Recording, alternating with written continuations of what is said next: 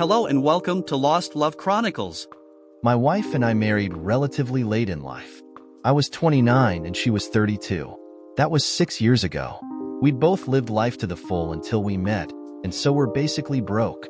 Premarital discussions included both our desires to have children and to have Julie as a stay-at-home mom until the youngest child started school. We both agreed that having a full-time parent was essential to a child's well-being for people that could afford it. That meant we had until we started a family to build up a nest egg to keep us through the lean years. That translated as Julie holding down a full-time job and me doing the same with as much overtime as I could eat. I settled into the routine of doing a double shift on Fridays, going into work late Saturday, and doing another 12 hours. It was paying off as well. We now own the house outright, and the bank balance was climbing steadily. Recent discussions led me to believe that children were on the cards very soon. Certainly before Julie reached the big 40 and the odds of conceiving a first child plummeted. That's why the conversation we were having this Thursday night was so bizarre. Dave, I want to discuss a trial separation. How do you spell incredulous? I was shocked to the point of brain freeze. All I could think to say was, what? Those of you that have ever been dumped by a boyfriend or girlfriend, husband or wife, will know the feeling. The person doing the dropping has it all planned out and is totally prepared. The person being dropped is unprepared and confused. That was me right now. My next statement was thus an equally intellectually stimulating. Why? I just think we need a bit of a break from each other. Allow us to appreciate each other like we used to. You have to admit, Dave, you aren't as romantic as you used to be and don't appear to appreciate me as much as you used to. You always say you're too tired to go out more than once a month. You don't make love to me 4 times a week like you used to, and quite frankly, you're putting on a bit of weight. Surely you'll agree that a bit of a break will do us the world of good. If I'd been in a more rational frame of mind, I may have noted that in one monologue she changed from using us at the start to me at the end. As it was, it went right over my addled head. How about we say a month, Dave? Then see how we are going. I'll be staying at Frida's. Feel free to ring me whenever you like, but I don't think we should see each other more than once a week. More than that, and it won't be much of a separation, will it? Just be assured, Dave, that I love you very much and know we will make beautiful babies together. I'm sure that after a month, 2 at the most, we'll be back where we used to be. With that, Julie got up, retrieved 2 suitcases from the back hall, and marched towards the front door. Don't I get any say in this at all, Julie? I stuttered. My mind is made up, Dave. Please sit down, Julie. She reluctantly returned. Who is he, Julie? God, I knew you would think that. I just told you. I love you, Dave. Only you. There is no one else. So there's no need to bug my phones, follow me, put a GPS tracker in my car, or hire a PI. In fact, if you do any of those things, I may interpret that as you not trusting me and have to review our relationship. She made to get up again, but I grabbed her arm and pulled her back down. This is unfair, Julie. You've had days or weeks to plan your little speech and your little gamble, but it's all new to me. What gamble, Dave? I was glad that her face was finally showing some of the confusion I felt. Surely you can see that you have just put our relationship at risk, Julie, with this unilateral little stunt of yours. It reeks of contempt. I've always treated you as an equal partner in our relationship and would never dream of doing something this risky without at least asking your opinion. What risk, Dave? I love you. You love me. Where's the harm? It's only for a month or so. If I miss you before then, I'll be back like a shot. What do you mean by contempt? What I mean is that you haven't given me a chance to defend myself. For example, we hardly go out together because I work so much overtime on Fridays and Saturdays. We agreed on the overtime to improve our financial position. We don't make love as often as we used to, partly because we have been married for 6 years and partly because I'm always so buggered. I've put on weight because you suggested I take the supervisor's position for the extra cash, and it isn't as active as being on the tools. That's just what I have thought of in the last 2 minutes, so please can you stay so we can discuss it further? I'm sorry, Dave. I promised Frida that I would go out with her tonight. With that, she got up, picked up her bags and walked towards the door. All I could think to say was, just remember that you are married, Julie. With only a slight pause, she continued out the door. I got bugger all sleep that night and consequently was in no fit state to do a 16-hour shift the next day, but it was too late to change it. The afternoon shift supervisor had already made plans after I'd promised to relieve him again. In my job, you can't let your guard down too often. Consequently, I was standing in the wrong spot at 10 p.m. Friday when a 35T loader came round the corner and almost cleaned me up. I threw myself aside at the last moment and felt the hot breath of the exhaust in my face from my position on the ground. Adrenaline got me through the rest of the shift. It didn't help that I was hungry. Thursday was Julie's weekly shopping day. She'd skipped it to concentrate on her packing. I was back on the job 10 a.m. the next day with sandwiches made from week-old bread. I stopped at a 24-hour corner store the next night for some supplies. When I arrived at home after 11:30 p.m., the message light on the phone was blinking. It was Julie saying she missed me and thanking me for giving her some space by not ringing her. She said not to as she would be out till late that night.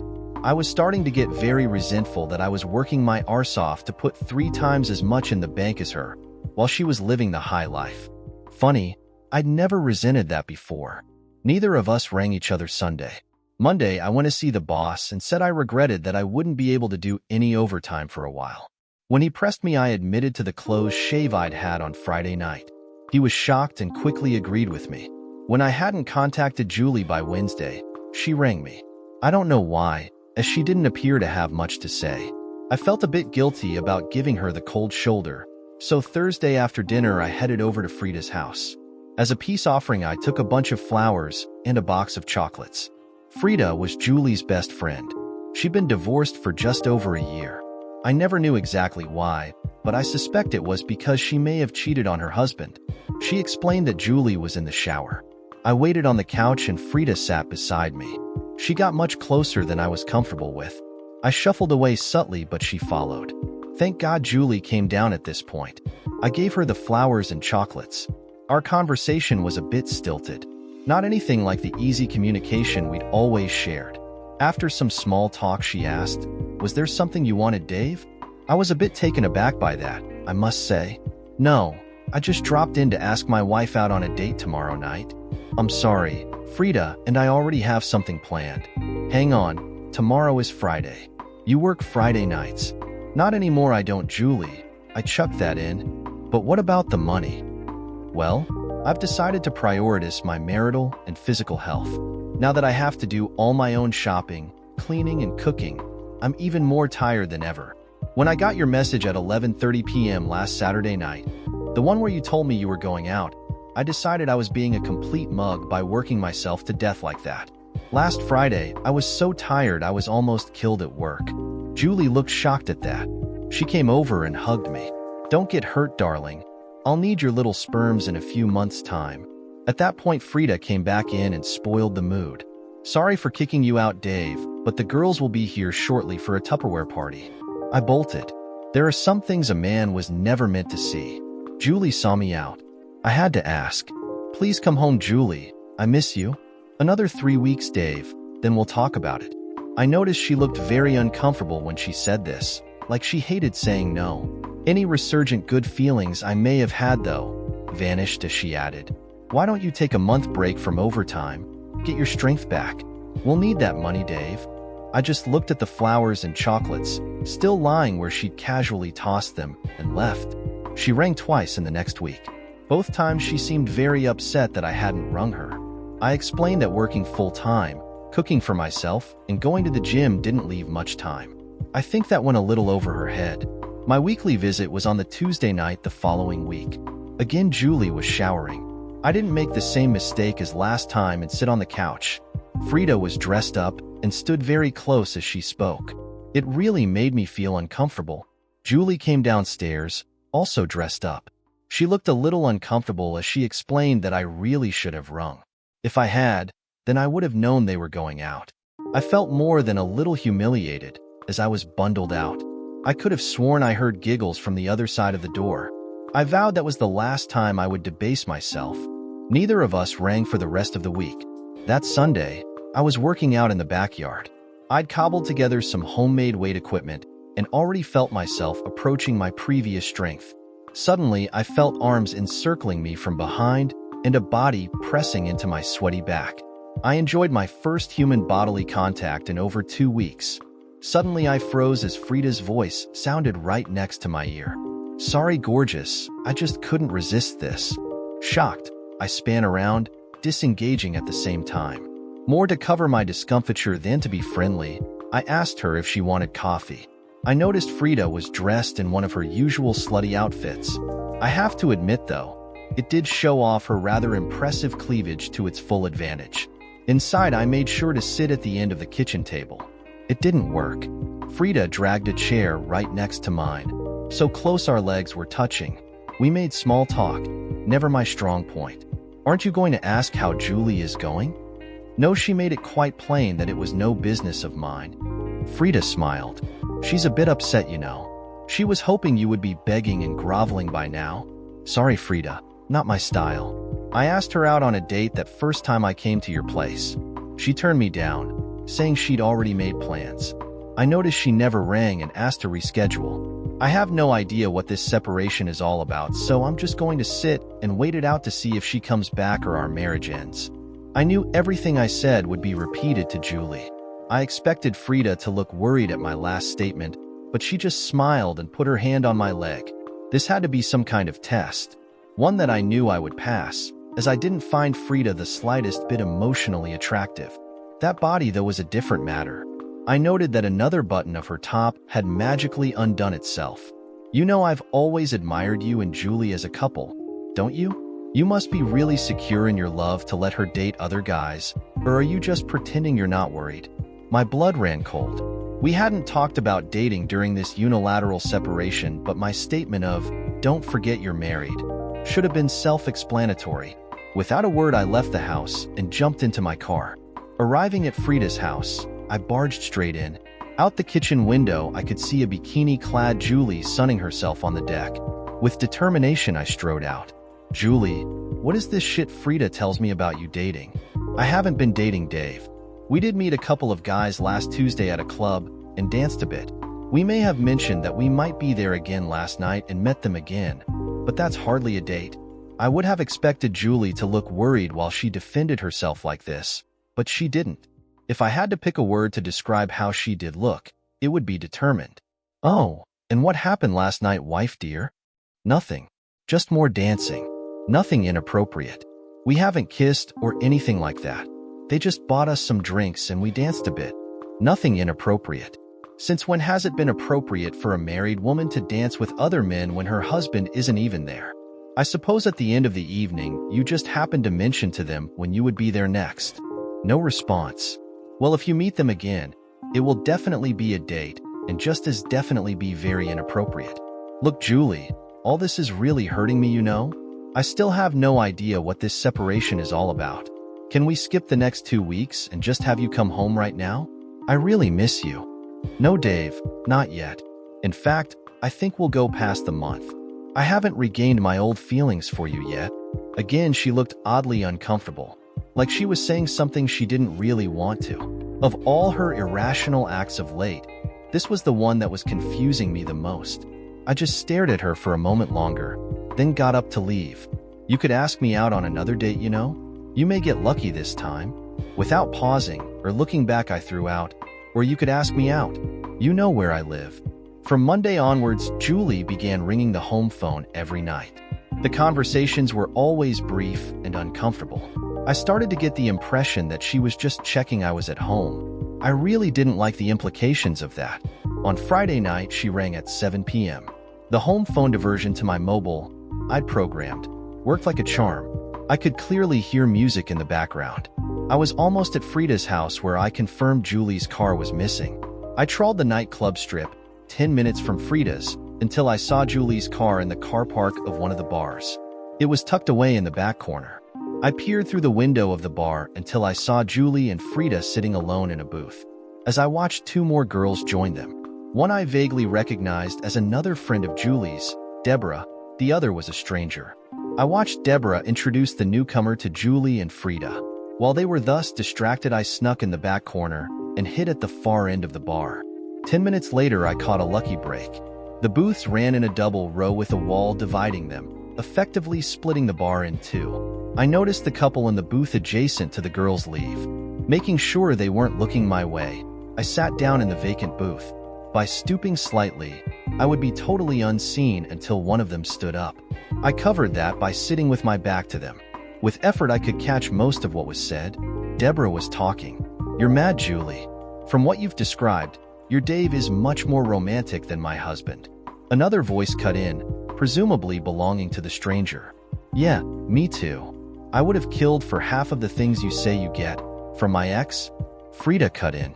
"Don't you think Julie deserves better? I mean, look at her, and she's beautiful." Deborah cut in again.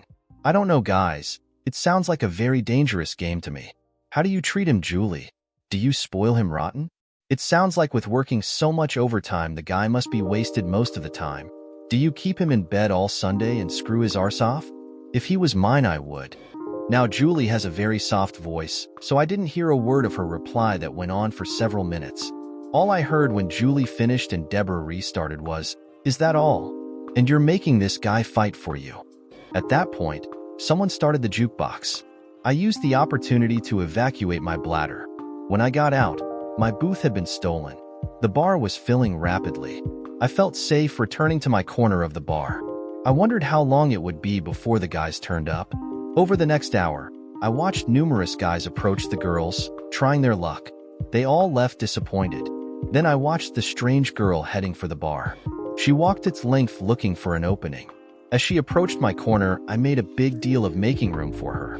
She smiled at me, then ordered 4 drinks. Up close, she was quite an attractive lady. Short, brown curly hair, and an easy smile. As she waited for her drinks, she turned to me. "So, do you come here often?" "Hey, that's my line." "Well, you were too slow." We chatted easily until her drinks arrived.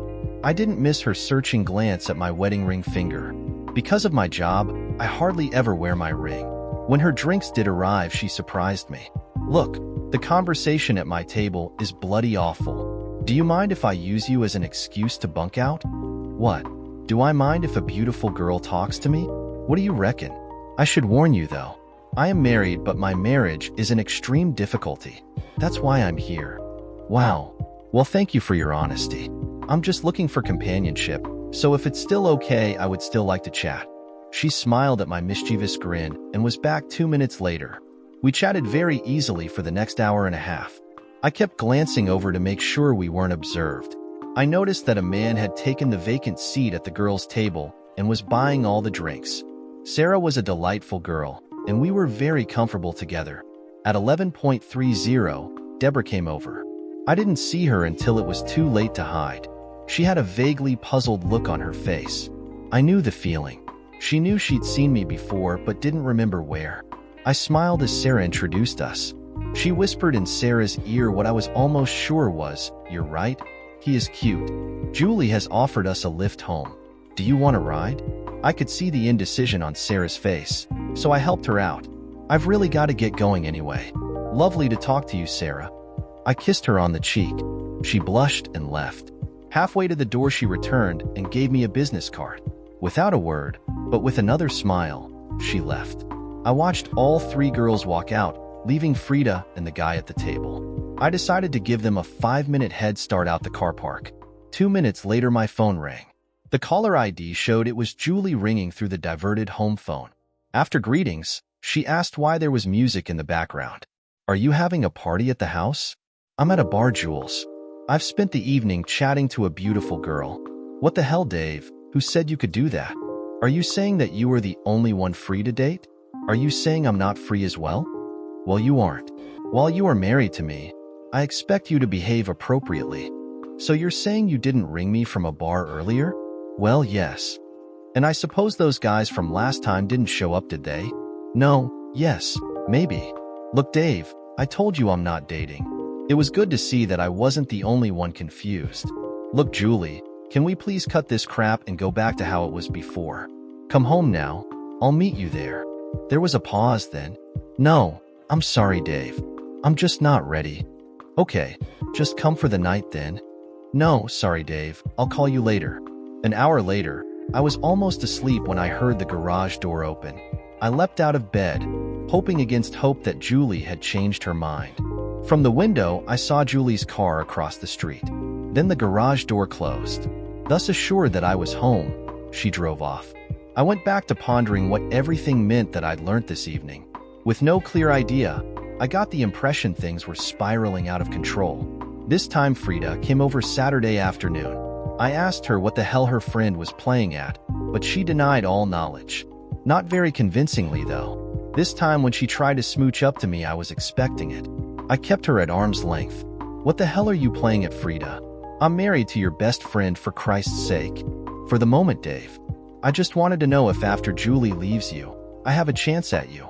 This sounded so contrived as to be laughable, but it did solidify the first of my suspicions. Don't you mean, if Julie leaves me, Frida? Of course, Dave. I really hope you make it. Being vague and telling her I felt really uncomfortable with the situation, I bundled her out the door. Frida really didn't want to go. She'd gone to the trouble of packing a picnic for us. In the end, I really had to be blunt and tell her how inappropriate her behavior was before she got the hint. Are you and Julie going out again tonight? Yes, probably, was our parting conversation. Screw it. I rang Sarah. She seemed pleased to hear from me, but said it was impossible for her to get away tonight. She suggested Tuesday. I felt honor-bound to remind her. Look, it will be as just friends, Sarah. I'm still in the middle of a very messy personal situation at the moment. I just really enjoyed your company last night. I promise to treat you with the greatest of respect until it is all sorted out. After saying that she'd enjoyed our chat and her situation was a little complicated as well, she rang off, saying she was looking forwards to Tuesday. Monday morning marked the start of a new pattern with Julie. She began ringing me at 6 a.m. every workday, about 6 p.m. when I usually got home from work, and again just before bedtime. Ostensibly it was because she missed me, but my entreaties for her to come back were rebuffed. It was fairly clear I was being checked on. Wednesday, I noticed a message on the home phone answering machine. It was only from a marketing company, but was significant as it hadn't diverted to my mobile. Checking the home phone, I found the diversion gone. So I'd had a visitor, had I? Tuesday, Sarah met me at the front door of her apartment, and we left straight away. She looked gorgeous. Once we were seated in the restaurant, I opened the conversation. So, would you like to tell me why your personal life is a bit complicated? Yes, her name is Hannah. It turns out Hannah was Sarah's 3-year-old daughter. The father did a bunk after he decided family life was too serious. Sarah's mother was looking after her tonight. Keen to distract her from asking me about my personal troubles, I changed the topic of conversation. The other night when we talked at the bar, you said the conversation at your table was bloody awful. What was all that about? Oh, that. Awful conversation and stupid people. There was a woman there called Julie. She has just temporarily separated from her husband, but the stupid woman fully intends going back to him. They are just about to start a family, and she's separated from him to try to force him to fight for her. You know, spoil her more, be more romantic and things like that. The sad thing was, though, that when she described what he did, he sounded pretty good already. He took her flowers every week, took her on date nights every month, and always seemed to be spoiling her. Despite the fact that he works late every Saturday, he gets up early on Sundays and makes her breakfast. He even took her on a surprise cruise last year. Gee, I would have been happy with half of that from my ex. It made my friend Deb sad as well. She doesn't get anything like that. Some girls just don't know when they're well off, I suppose. Believe me, it gets stupider. Even before they separated, she was doing all sorts of things to try to make him jealous. Like what? Well, apparently she used to come home from girls' nights out later and later, having deliberately put men's cologne on her. Bloody hell. Once she even got a pair of panties from her friend Frida. She'd just been laid, so you can imagine how they were. She put them on the floor of the bedroom till the next day. The guy didn't notice a thing. Her husband sounds pretty naive to me. Or just loved her so much that he never saw those things. When all that didn't work, she and her friend cooked up the trial separation thing. The idea is that he was supposed to get desperate and fight like hell for her, but the guy is doing nothing. Good for him. When he didn't react like he was supposed to, they decided to escalate the whole thing. She stopped ringing him. He ignored her. Then she got her friend to put the idea in his head that she was out dating. With all they've done, the poor guy is just not responding. To tell you the truth, I have to admire him. It's exactly what I would do if someone treated me that way. What was really sad, though, was when Deb asked how much effort she put into the marriage. I think Julie realized at that point just how one-sided her relationship was. You would think that would spur her to stop all the nonsense, but it didn't. They've really painted themselves into a corner now. They're stuck and have no idea what to do. All because a proud man isn't playing the game by their rules. Well, she could go back to him, lay it all out and get back to normal. Yes, that's what I would do, and I think that's what she really wants to do. Except, I think her friend is keeping her on track. Frida gave her a couple of real funny looks Friday. Sort of hungry. Could it be that the friend is trying to drive in a wedge between them to steal the husband for herself? You know, you may be right. That would certainly fit what I saw. That would sure make her one cold, evil witch though. If you were the husband, what would you do? Well, I don't know how their relationship has been till now, but my reflex would be to dump the stupid, ditzy witch. Move on to someone who would really appreciate him. At that point our meals arrived, and we changed to more neutral topics. I couldn't believe how comfortable I felt with Sarah. When the waitress cleared the empties away, my conscience wouldn't allow me to continue this charade. You know, Sarah, all that you've said has impressed me that you are a very decent person with very healthy values. Why, thank you, kind sir. Do you think I'm a decent person? With no hesitation, Sarah replied, yes. I pride myself on being a good judge of character, and I would stake money on you being a very nice person. Oh dear, this was going to be difficult. I reached across the table and grabbed her hands, I suppose in a vain attempt to stop her escaping. Taking a deep breath, I plunged straight in. Please forgive me, Sarah, but I've been a bit deceptive. My justification is that I am really confused at the moment and would do just about anything to ease the turmoil I feel. I want you to know I really respect you, so I will tell you the whole truth. Let me introduce myself properly. My name is Dave, and I have been married for 6 years to a girl called Julie. 4 weeks ago, she announced, over my objections, that she wanted a trial separation. A new friend advised me tonight that I should ditch the witch. Due to the extreme disrespect she has shown me, plus the awful pain she has caused, I was thinking along the same lines. You were right. I did treat her like a queen, but only now realize how little she gave back. I watched a cavalcade of emotions cross Sarah's face before settling on horror. She put her clenched fist across her mouth. Oh my God, did I call your wife a stupid witch? Actually, I was deeply offended that you called the stupid witch a stupid witch. That broke the ice a little, but I could see Sarah was still conflicted. I hurriedly added, do you realize that the first words out of your mouth weren't how I'd insulted you, but how you may have insulted me? That just confirms what a lovely person you are. Can you forgive me? Yes, you did use me a little, but I can see where you were coming from. Is that why you talked to me Friday night? Were you looking for a spy? Hey, you chatted me up, remember? Can I count on your friendship until this thing is resolved one way or another? Sure, Dave, but friendship is all I can offer. I don't want anything to do with killing your marriage. Thanks. Your friendship is all I want at the moment. From my point of view, I thought we had a perfectly happy marriage with no hint that Julie was dissatisfied. I came home from work one Thursday, and she sprang the trial separation on me. She was just going to leave, but I forced her to give me some explanation. Not enough to stop me being really confused though. Because I put all my effort into either work or Julie, I don't actually have any close friends. Is there any chance you can patch things up? I don't know, Sarah. A big part of me thinks I would feel like a complete wimp taking her back after the way she has treated me. Plus, after talking to you, I realize how one-sided my marriage was, romantically. I'm a bit embarrassed to tell you the truth. By mutual, unspoken agreement, we changed to more neutral topics from there. We ended up having a lovely evening, which ended when Sarah wanted to relieve her mother. It was my suggestion that she thought through things and contacted me when she processed it all. I said I would understand if I never heard from her again. On the following day, I was walking towards the grocery store when I was hailed from the coffee shop just down the street. I turned to see Julie, Frida, and another girl with her back to me. When I got to the table, my heart sank as I recognized Deborah. She gave the game away by exploding with "you" as she recognized me. The implications quickly unfolded to me. Julie would soon know I was spying on her. She would also know that I'd seen there were no men involved in her Friday night bar trip. Depending on what Deborah said, Julie might even deduce that Sarah had given the whole game away. I should have been worried, but interestingly, realized I wasn't. I'd have to analyze that later. After a brief, polite conversation, I left them to it, explaining it was time to get home and cook.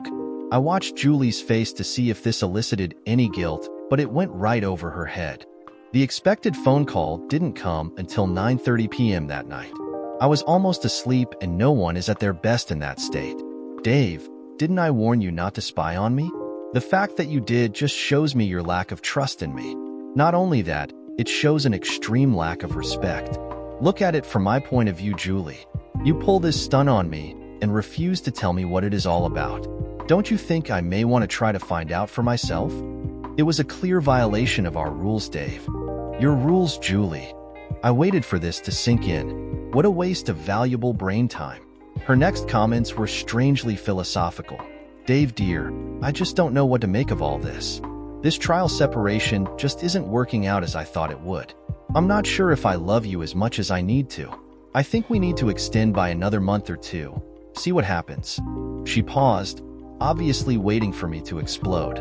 I stayed silent.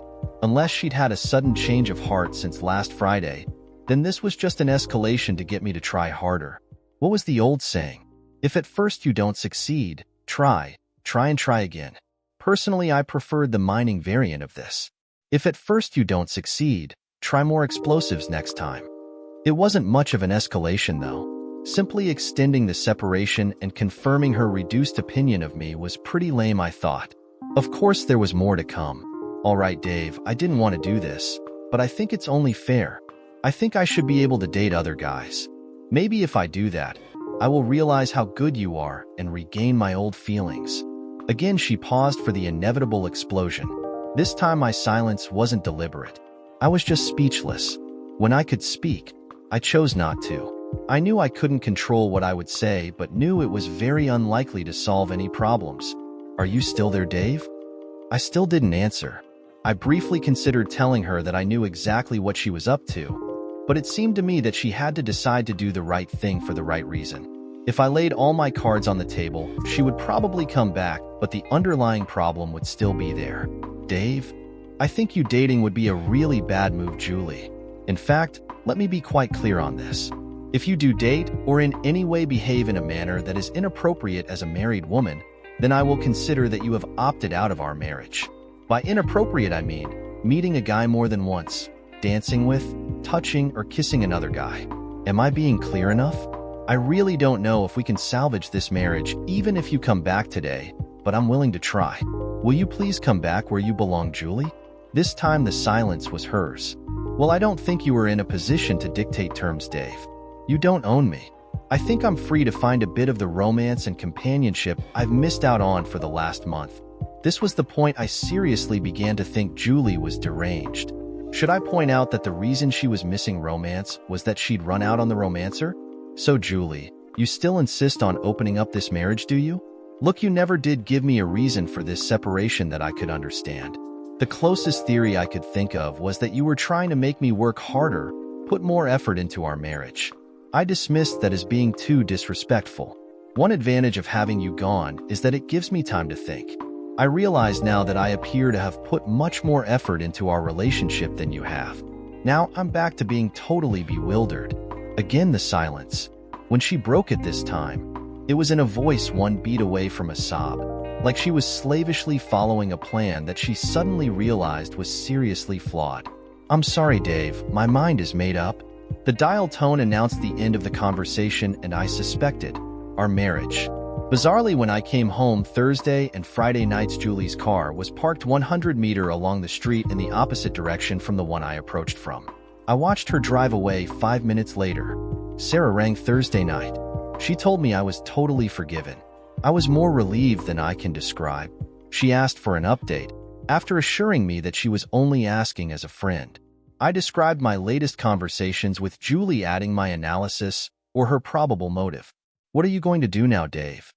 "Just sit back and wait for her to give our marriage the coup de grace, I suppose." "Do you want me to spy on her this weekend, Dave?" "No, don't soil yourself with this one, Sarah. How about we find out where they are, and you take me on a date to the same place?" "No, I won't stoop to her level." "Good thinking, though.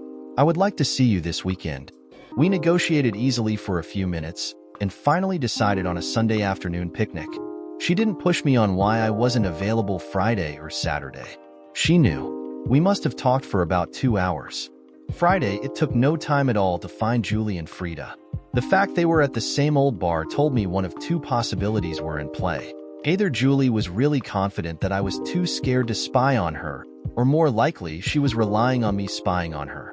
This time I observed all the action through the windows, slightly ashamed of myself for my actions. This night Julie was well behaved.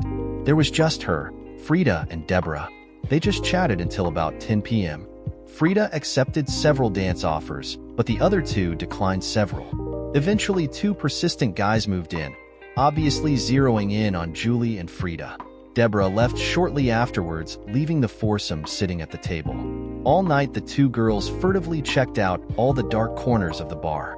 I was pleasantly surprised when Frida and Julie left alone at 11 p.m. I followed the taxi to their place and stayed watching until the lights went out. Saturday was a different story. Again, it was the same bar. This time, the same two guys were waiting and moved in straight away. At 8:05 p.m., my marriage ended.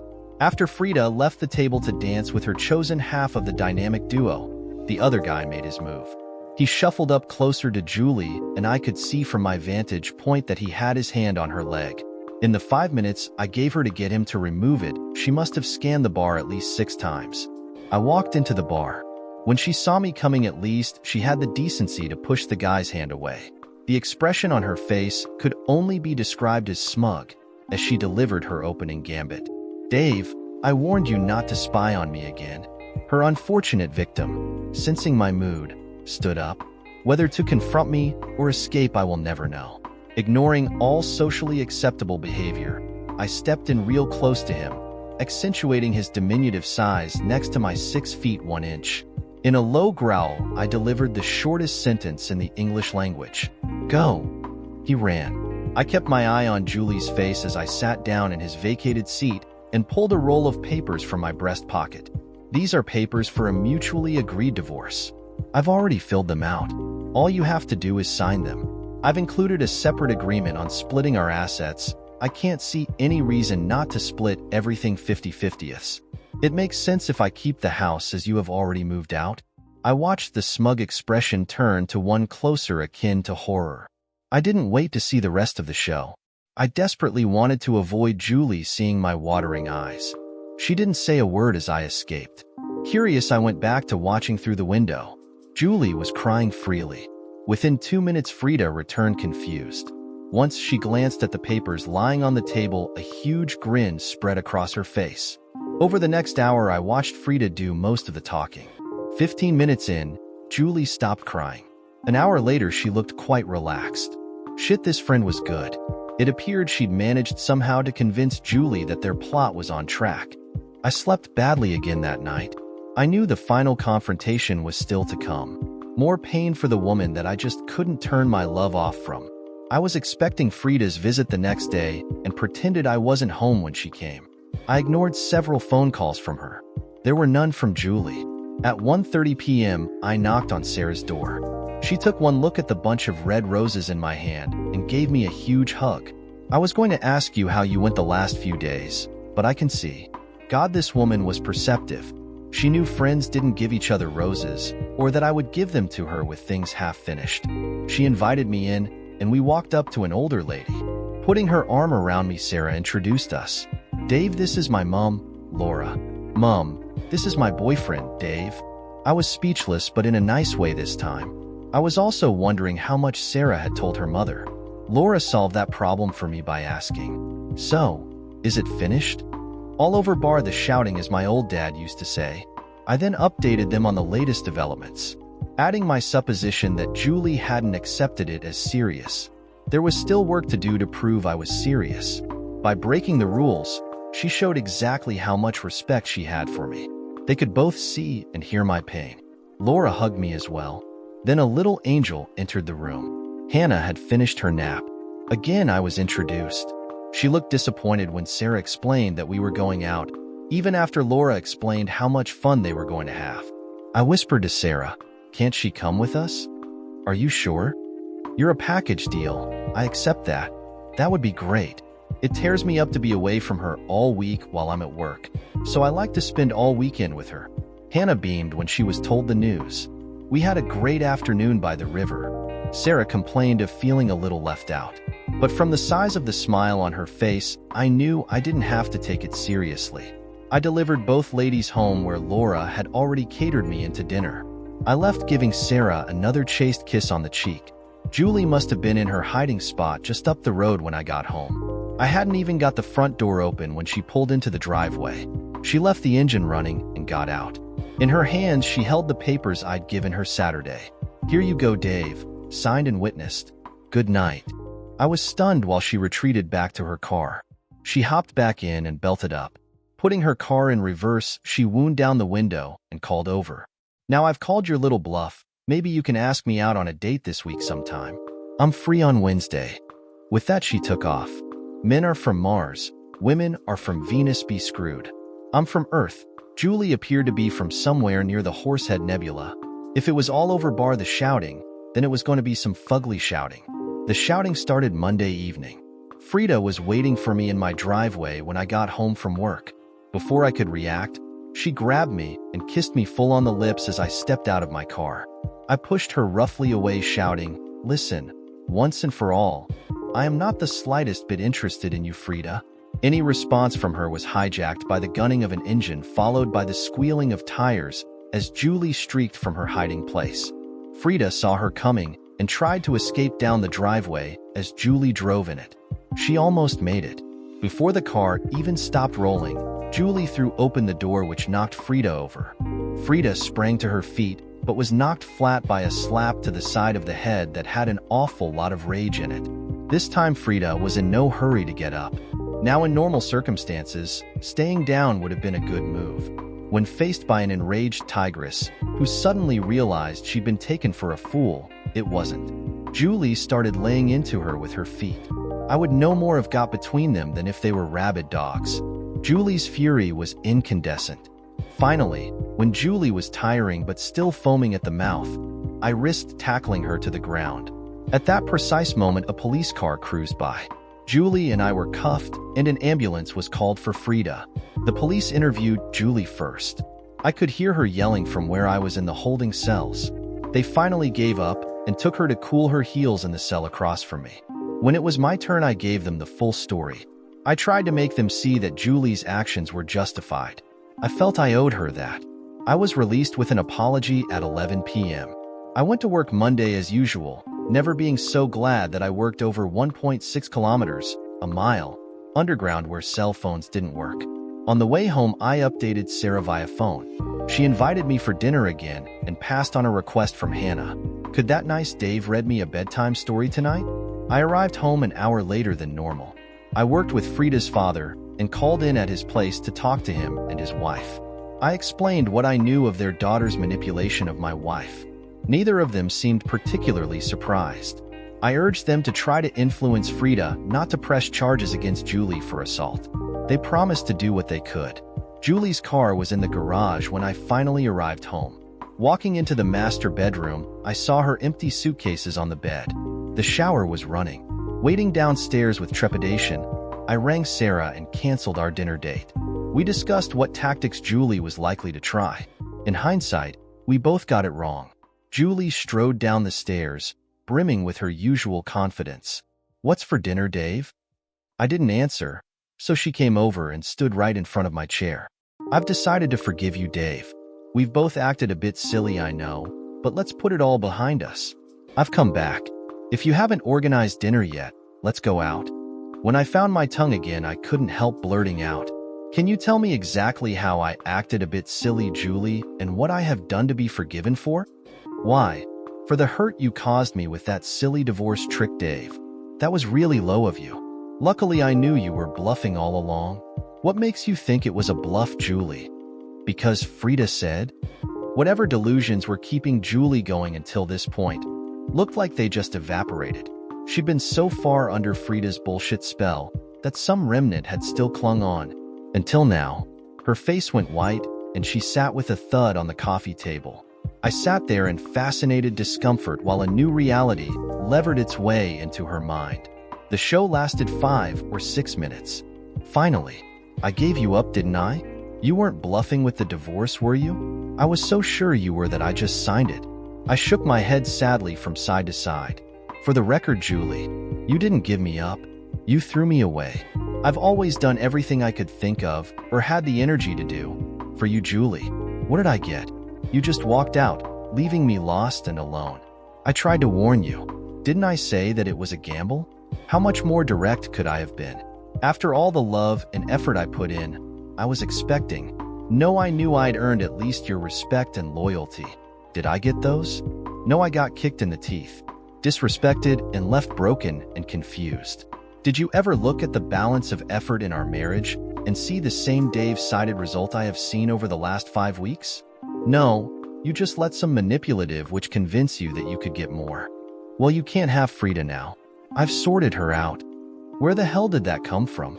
Look, this has nothing to do with Frida. Okay, sure. I realized at one point that this was all just a con on her part to drive a wedge between us, but I've never thought of her as anything but the skank she is. So we're all right, aren't we, Dave? This was it. This was the biggie. The point of no return. No, we're not okay, Julie. We have the divorce papers to prove it. I can't get past the disrespect you've shown to me all along, not to mention all the threats. I have to tell you, when you threw me away, someone else picked me up. Julie's face, remarkably, went even paler. What do you mean, Dave? I've met someone else, Julie. She started off as just a friend that helped me through this. God knows I needed one. My only friend having just walked out on me. I'm sorry, Julie, but you gambled and you lost. With a clear conscience, I strode to the door and walked out into a new life. If I was quick, I might just be able to make story time. Dear listeners, please share your thoughts in the comments section below, and don't forget to like, share, and subscribe.